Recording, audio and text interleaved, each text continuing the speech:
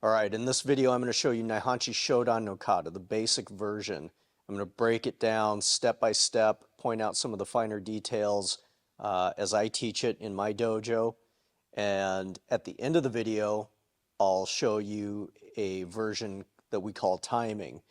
Timing is a more advanced version of Naihanchi Shodan, and it fills in some of the gaps or fills in information between the basic movements. All right.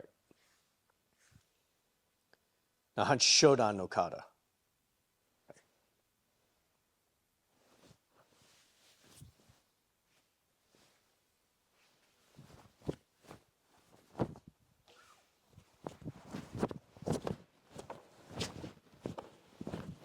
Yes.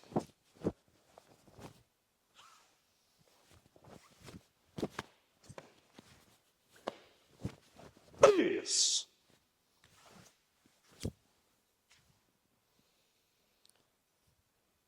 Now I'll take the kata and break it down step by step.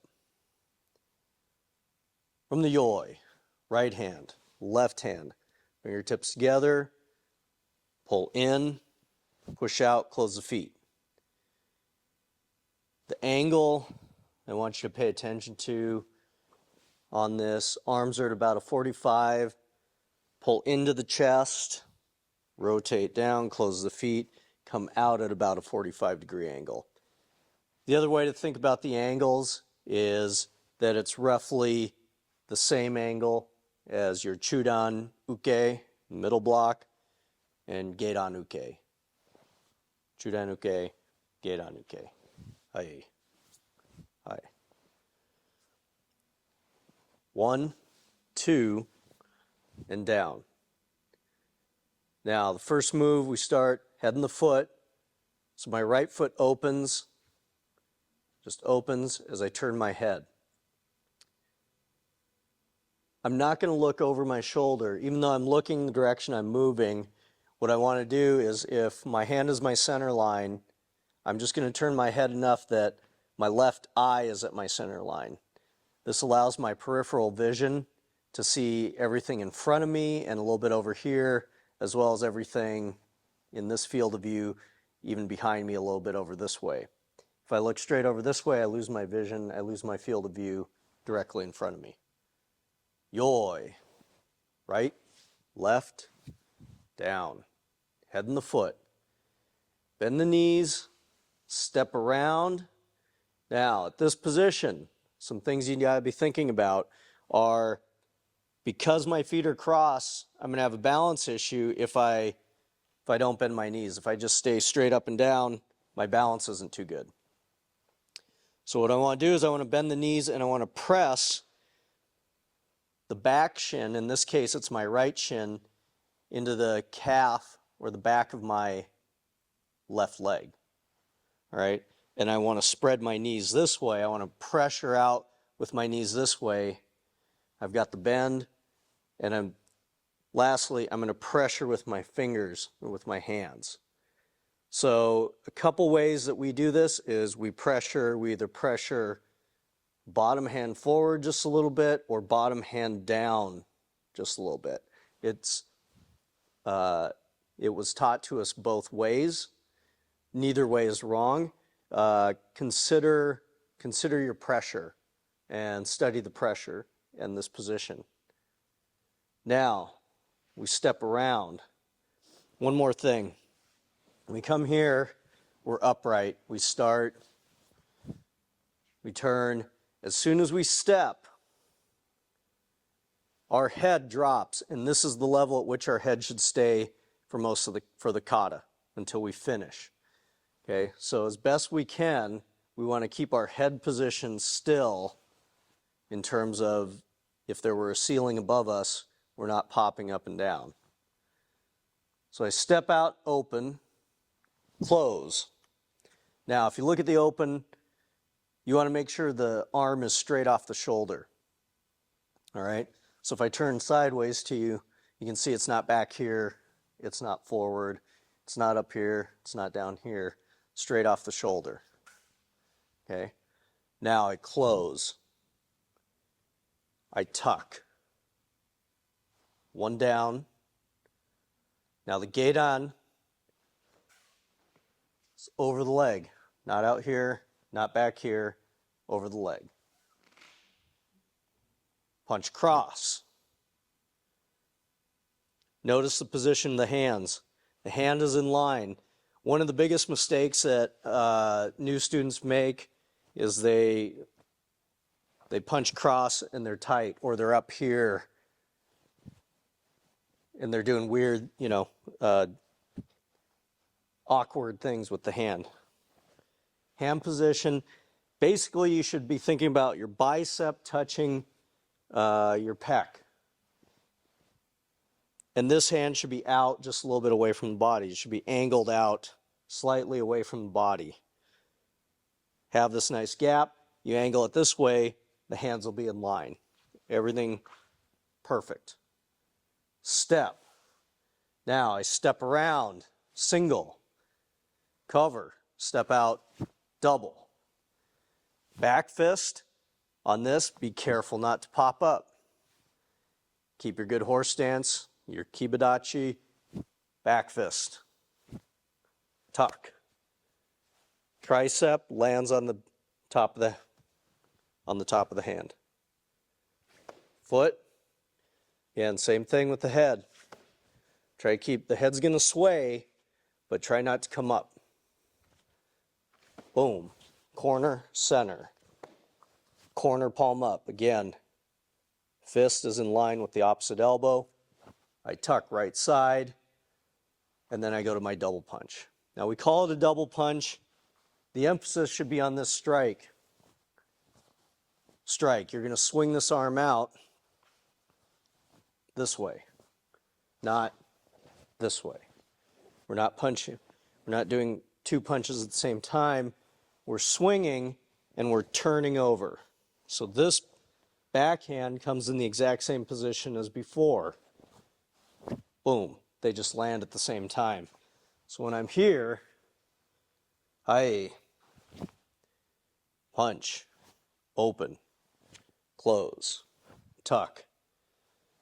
Now we're doing the same thing going back. Over the leg, punch cross. I step around single, knees are bent, cover, step out double, back fist, set, foot, corner center, foot, corner palm up, tuck, double punch. Yes. Yame. 1, 2. Reverse order. Hi. You may have slight variations. If you ever studied RyuTe or Ryukyu Kempo, if you ever studied with Taika Oyata, you probably have seen many, many different versions, or you had a few versions that you trained yourself. That's all right. A lot of times these variations were due to the fact that Taika was having us overemphasize or put an emphasis in an area where he felt we were weak. And so that contributed to a lot of the variations. I believe it was also due to some of the research he was doing, the research he would do on the kata over the years, over the decades. So there's all kinds of variations. This is the version as we teach it in this dojo. It's not to say that any other version is wrong by any means. Kata is designed to strengthen you in the ways that, in the way of self-defense, in the mechanics of self-defense. So even as you're training your kata, you may find that you need to emphasize areas where you're weak. You may need to work those harder. You may need to work them more. You may need to slow down through those areas and add pressure, or maybe you need to speed them up and add speed. Those are all things, that's all part of studying kata. So that's how we were taught to approach it, and so that's how we approach it in this dojo. Now, I said I would show timing version. Timing version is simply a more advanced version where moves are grouped together rather than the static 1, 2, 3, 4, 5 movement of the kata. This is going to be, the movements are going to be more connected. And then also, there's just more information. There's more clues and more movement that you're going to work in between those waypoints. So you'll see that. I'm not going to break it down in this video. I may do that in a future video, but I'll demonstrate it here. That way, if you do know it, you can use this as a reference.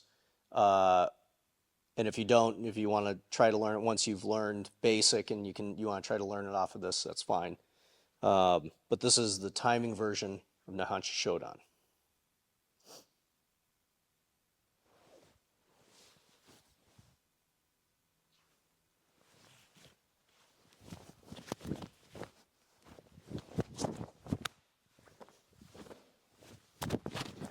Yes.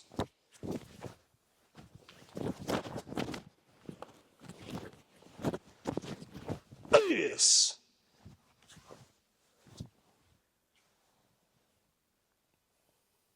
All right, I'm going to do that one more time. Do it a little bit slower.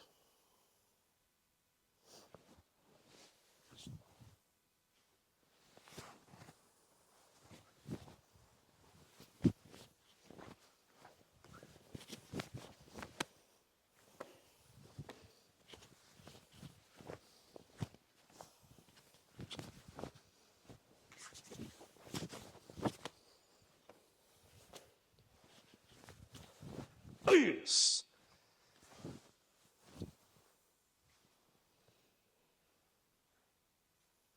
All right, I hope you enjoyed that quick breakdown on Naihanchi Shodan.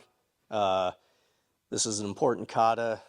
There's so much bunkai, so much correct mechanics in it in terms of studying karate and studying RyuTe that I think you really need to place a good emphasis on it.